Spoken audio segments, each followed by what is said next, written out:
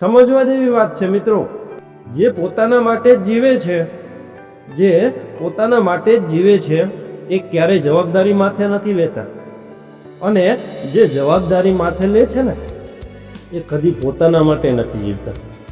મજબૂરી ધકેલી દે છે, મજબૂરી ધકેલી દે છે દીકરાને મા બાપથી દૂર. બાકી માના ખોળેથી ઉતરવું કોને ગમે?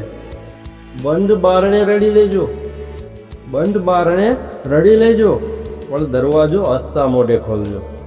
કેમ કે દુનિયા તમારા ઘાવ પર મીઠું લગાવવા જ ઊભી છે સાહેબ.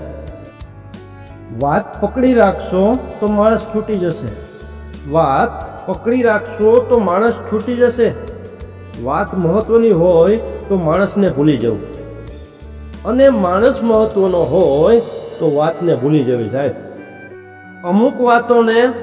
અમુક વાતોને હસીને કાઢી નાખો સાહેબ, અમુક વાતોને હસીને કાઢી નાખો સાહેબ.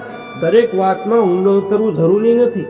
અસ્તિત્વને માણો, બાકી લોકો તો 12 દિવસ જ યાદ કરશે. આ કળિયુગ છે સાહેબ, આ કળિયુગ છે.